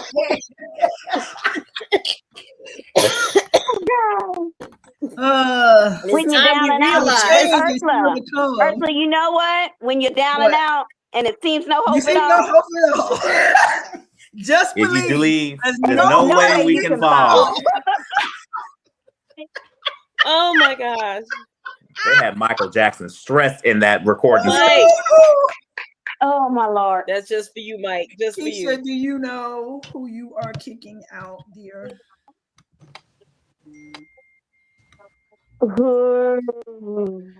Have you made a decision? I think I have. All right, hold on.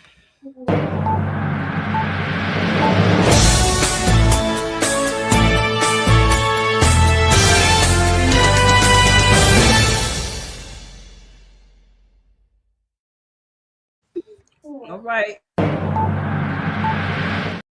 Sorry, I don't know why he wanted to talk again. The person leaving Fairmont Crest tonight Well, I'm doing this in memory of Michael, the king of pop, the smooth criminal himself, because these are two unsmooth criminals.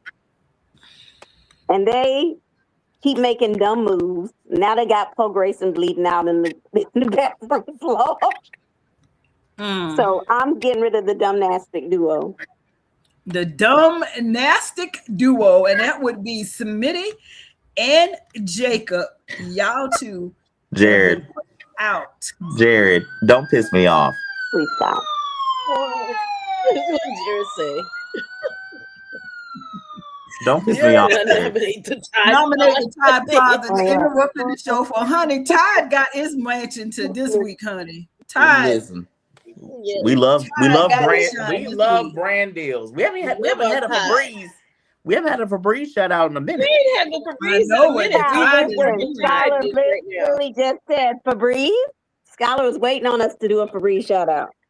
Wow. Yes. Tide. We got to bring Febreze back. Febreze must have really went off the shelves when they were basically doing it. So Tide is like, hey, look, his shout out coming up. No. In here today. Girl. No Febreze today. Lord have mercy. All right. Obviously this week we don't even got to ask. Grayson is the one that's in need of prayer. Mm-hmm.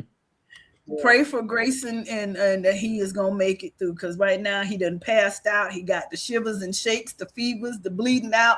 Ashley, all she could do was wrap it tight and give him some Tylenol, and that's all she knew to do. You think she's gonna forgive him? I don't know. Probably. He bleeding out now. And she just said, "What have you gotten yourself into?" I bet you Derek's voice is playing her head now, talking about he's sketchy and got some sketchy stuff going on. Yeah, she learn to listen to Derek. But you know she a goody two shoes. I don't think she gonna stick by him. You think she gonna stand by her man? She gonna stick by him because she's she also a saver hoe. Mm-hmm. Oh yeah, she does have saver hoe mentality. She has that stray puppy thing. Mm-hmm. So even if Grayson does tell her what's going on, she gonna be, the fact that she saw him in pain, it's basically gonna keep her around him. I have been a note has been slipped to me from the members of the church that we have a church announcement. So hold on a second. Hold on. All right.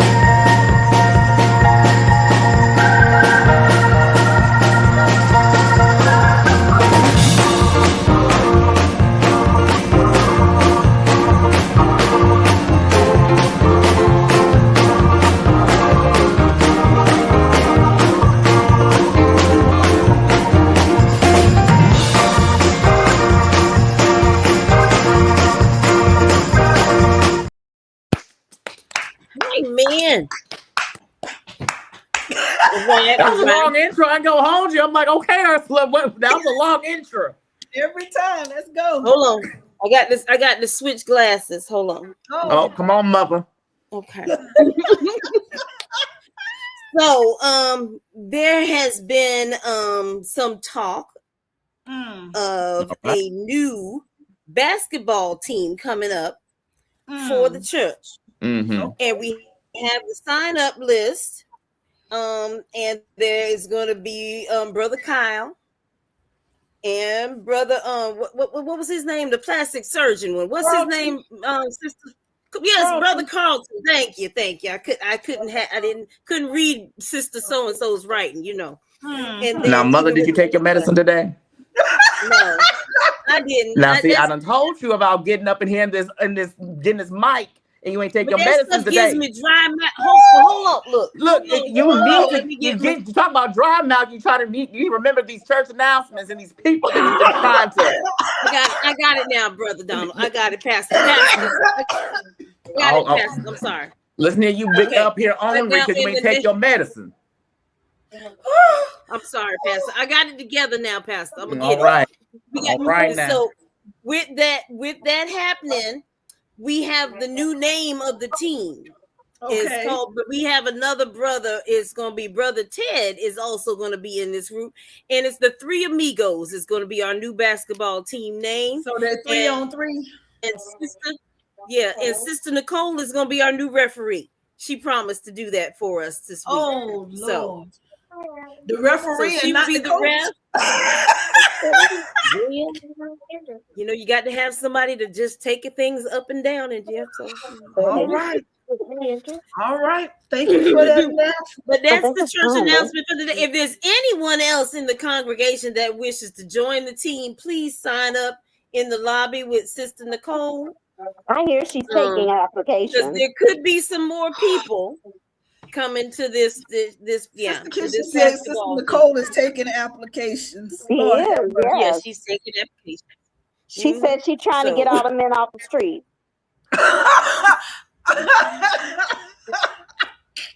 So if anyone else wants to join that have team, to call Sister Nicole because what is happening? Oh my God! Lord have mercy.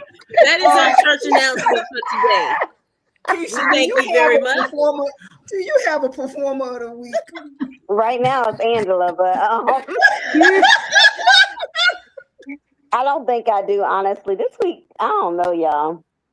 There wasn't up and down this week. No one was worthy.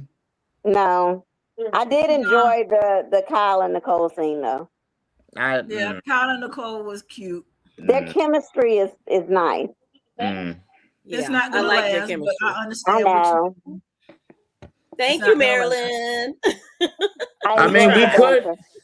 We could give it to Grayson for his little performance of getting stabbed. Give it to Grayson because he made it from that hospital to Ashley's front door. For real. Yeah, that was a long drive. Baby, because I'm a thug. Yeah. Because he just Final thoughts, Angela. Final thoughts. Final thoughts. I'm wondering who else is going to be on this team, on this basketball team, if there's any. Oh Lord Jesus! Or if she's just going to drop the whole kit and caboodle. Because that last look that she gave the two of them was kind of like, "What are y'all doing?" And that's why she's gonna go back to Ted, because she see them two now bonding over who gonna get her. I had her, you had her, I'm gonna get her. Exactly. But this is my thing with Nicole. Nicole, you trying to enjoy two men fighting over you. She's doing too much. Enjoy the guys fighting over you, or at least arguing which one's gonna win. At least look, they want to be with you. Enjoy that, because you didn't. I don't understand what she expects to happen. I don't know either. It's like It's like she's too much of an image queen. Like you don't want two men fighting over you in public. But like, she doesn't know. I don't think how to. I think your background. I don't think she knows how to basically do this. She wants to basically be this wild child like Danny, but she doesn't know how to do this. So, and I need to compare her to Danny. Danny don't act like that. Well, here's the thing. But Danny basically knows who she is. She doesn't know who she is. What she wants. Very dangerous game, but she's also being very selfish and unrealistic to think that these men are not going to develop feelings just because she's not developing feelings. So she knows where she stands, but you can't keep stringing a man along like that and think that he's not going to feel something for you, or that testosterone is not going to cause them to buck up at the other. So you're supposed to be like, listen, she thinks she Erykah Badu. Listen, I got all these men. Y'all gonna deal with it. It's gonna be what it is, and that's it. And she's got a right to be, but she's gonna have to recognize that. Recognize if what? She's gonna be Erykah, she's gonna have to be Erykah and not basically fuss about it. That's what I'm saying. Yeah, she has a right to feel that way. However, she doesn't have a right to expect them to not catch feelings, because that's not. Is one what Donald? What she got a right? She doesn't. I say she doesn't have a she right. She doesn't want to be settled down right now to get feelings. I think she's being very selfish. It's. I'm not saying she doesn't have a right to. What is it? She doesn't have a right to not feel selfish. I won't say that. But my issue with Nicole is that you getting mad at two men fighting over. You're getting mad over two men who authentically want you and are fighting for your spot. And you're acting like you're thinking that I'm not something that can be won, but you want to be a prize that's won. Yeah. At the end of the day, it's like you don't want people. You don't want to be tied out. You don't want to be tied down and committed to one person, which is your right. You can be able to date as many people as you want to, because men do it all day, every day since the beginning of time. It's just a fact. It's just a fact of life. Men can't stand women doing it because women are low key better at doing it than men. Hey, I'm just saying. But you're getting angry because they're doing it in public, and it's one of those things where they're. I guess for me, and maybe the oblivious male side of me, is that some women like that. It's like the fact that multiple men are wanting you and are willing to, I won't say fight over you, but they're fighting for your ultimate spot of being that person for them. And you're having an issue with that. What, like, at this point, what do you want? Yeah. She doesn't know what she doesn't know what she wants. That's the problem. She wants to have her cake and eat it too. And she wants all of them to not judge her for wanting her cake and eat it too. But at the same time, if they get to the point where they don't pay her any attention, like Carlton did, then she had a problem with him not paying her any attention. So she doesn't know what she wants. She wants both, and that's what she wants. And she wants the right to pick and choose which moment she gets angry over and what she does. And at this point, is she gonna give it all up? If when Ted come back, is she gonna give it all up? I think so. I think when Ted come back and put the moon doon wham bam bam on her, it's Kyle and Carlton can kick rocks. You think she gonna give up her newfound? I think she's gonna make him suffer. I think she's gonna make him play the game. She will. She's definitely going to do that. But at the end of the final two that's going to be the final contenders in the spot for Nicole's life is going to be Ted and Kyle. Yeah, I think so. I agree. Those are going to be the top two, because Ted she definitely treated Carlton like a friend today.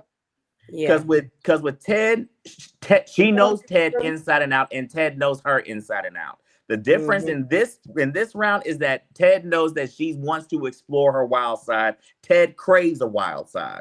So he's going to figure out how to balance the two in terms of giving her space, but yet giving her the space to be free and be able to be herself without feeling like she's putting on a persona. Kyle is something completely new and fresh, someone that she doesn't know, but is enjoying trying to figure out.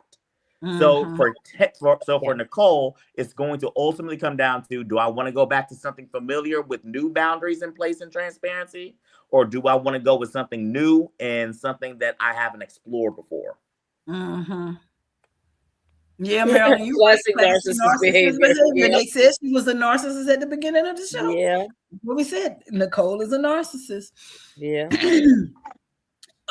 My final thought is, I really want a Dandre baby.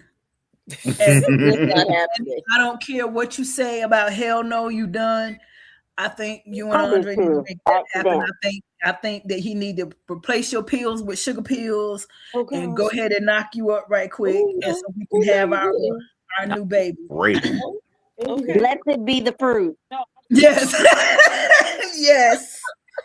Y'all special. Yes, that's what I want. I want them two to be solidified. Not saying a baby will solidify them, but I want Danny and Andre to be on the level of Vernon and Anita. I don't want them playing them games. I want Haley to not get away with killing Bill. That way they can stay together, even though next week he gonna choke on something. If Haley don't go to jail, then her and Bill, they need to figure out a way to get her out of this, so her and Bill can live happily ever after. That way Danny and Andre can have their baby in the happily ever after. See, when you said that, remember how she was smiling when she was sitting there sneaking? I was like, well, maybe she'll have a change of heart. But listen, I think she is. I think there's going to be an accident or something, because listen, we had this. And then you remember earlier this week, because this is what threw me on the previews last week, when she approached Andre about his conversation with Bill, and she said something about Babygate. I was like, hold on, what's Babygate? But then I forgot about is when Bill well, I know what it is now. I know what it is now, but it was just the wording of it. You know what I'm saying? Can be played a different way. I think we might have at least a pregnancy scare. Mm-hmm. I agree with Keisha. There will be a pregnancy scare. If they don't make her have a baby, then and I say this because we know that they touch topics on this show. If we don't get a pregnancy, then we'll get a pregnancy scare and it'll be menopause.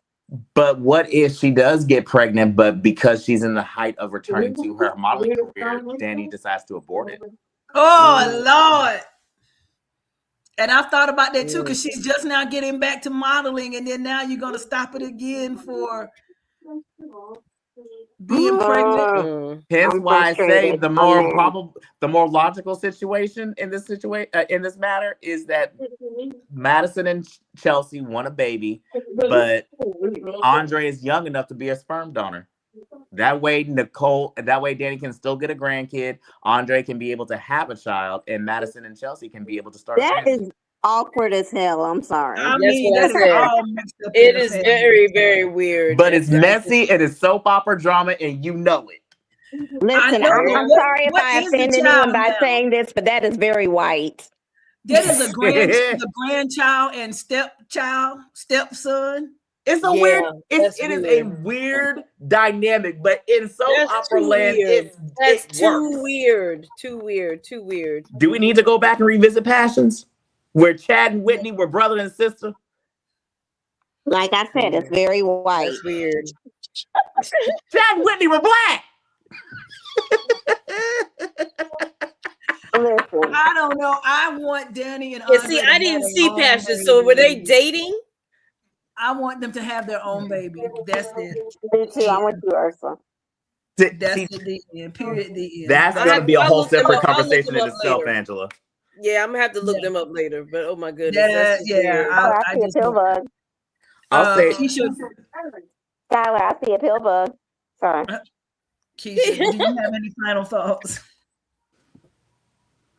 Or are your final thoughts my final? Oh, she muted herself, so I guess her final thoughts are my final thoughts. I'll say my final thoughts. Yeah. Smitty and Martin, you need to be careful. Don't let your double standards of Tyrell being a boy and it's easier to handle, as opposed to Samantha being a young growing woman who is exploring her sexuality, and you want to put her on lockdown for 6 months out of the year. And then you're potentially going to give Tyrell a slap on the wrist saying, don't do it again. And then Samantha calls you out. And then potentially Kat's going to call you out and say that you're being a hypocrite. And you want to sit there and get mad at Kat. That is hypocritical. So, yeah, be careful of how you parent. Do not, the Bible says, do not provoke your child to anger. I'm just saying. That's scripture. That's in the book. But you know what? And it's not even about Martin or Smitty. There is a double standard in how people parent boys versus girls, period. Yes. It has been the fight since the beginning of time. Yes. So I'm happy they're going to touch this, because it's something that needs to be touched. because that has always been that. Boys can because the girl belonged to somebody else, but not. It's not gonna happen to my daughter, but my son can because that's that other family's problem, not mine. And that's wrong, but it has always been the precedent. So I'm really interested to see how they go about handling this next week. Until that girl decides to drop that baby off at daddy's house and leave, because that is starting to happen way more often than not. And FYI, next week, it's looking right now, and I will let you all know later, but it's looking like next week's show may have to happen on Thursday night versus Friday. What's happening next week? No, we have plans, and I will not be available next Friday, but I don't want to miss the show. So I would rather us do it Thursday, and then we can speculate on what Friday's show may be. Okay. So right now, that is the plan. I will let you all know individually if it changes. But right now, for the listening audience, I will do an announcement once it's concrete. Next week's show is going to come on Thursday night. Okay. Just because it's just a one-off thing. But my husband has committed us to something, so I got to be there. All right. Well, everybody, thank y'all so much for joining us tonight. It was fun. We definitely got a good kiki out of this boring, lackluster week. We did. Hopefully next week is a little bit more lively and more juicy than this week. Because this week I felt like, but see, normally it happens. It's like a roller coaster with this show. When we have a week like this, the next week we at boom. So last week was dry too. So next week it's got to be juicy. Yeah, we got to be on top of something next week. It's going to definitely put us. It's just the setting up of the storyline, so it just takes. They have to give us all the backstory and all the extra stuff, and then they'll take us for the fall again. I just have one more final thought. What's your final thought? Whatever is about to happen with Martin, let them do it quickly, because I swear I can't relive that storyline in that length again.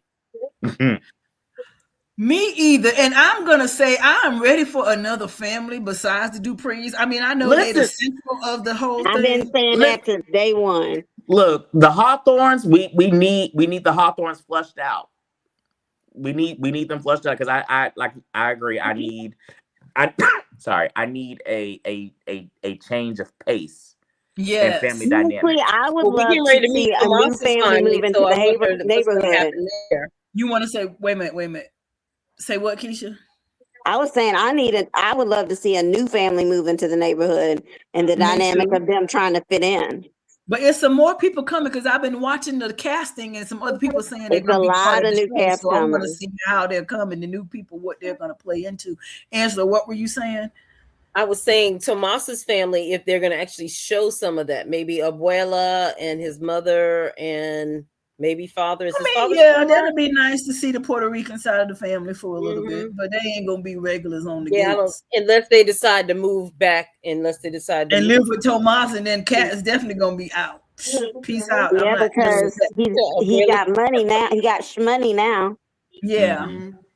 But I do want to see some more people, because I mean, I understand that the Duprees are the central family, but I need somebody else. And as much as I hated Darlene, it was a breath of fresh air for Darlene to come in and show us a little bit more of the Hawthorne dynamic. So I'm with Darlene. We can flush them out a little more. I'm also agreeing with Keisha, we need another family besides the Duprees and the Gates, and not Anastasia. Mm-hmm. But somebody else that comes in and brings it up, you know. In Dallas, we had the Ewings, and then we had the Barneses, and then we had, so I need some more people. So y'all also have multiple families, writers. So give us multiple families. Yeah, give us multiple families. Now that we got 2 more seasons, y'all can really flush us out now and get us going where we need to go. And we need some more people in Fairmont Crest. All right, that's it. I love each of y'all. Thank y'all so much for tuning in tonight. Give it up for our audience tonight, and y'all watching. Thank y'all for coming. And bring some of your friends in. Yep, bring some more people. Nicole doesn't need another man going inside her head. Don't need another woman. She really don't. to mess up. Oh Lord, I'm done. Y'all crazy. Is going to come back with a surprise. Oh Lord. Noki, I tell you, you bring the drama every week. You bring drama, Noki. Yes, you do. You cause us to clutch our pearls quite a bit. So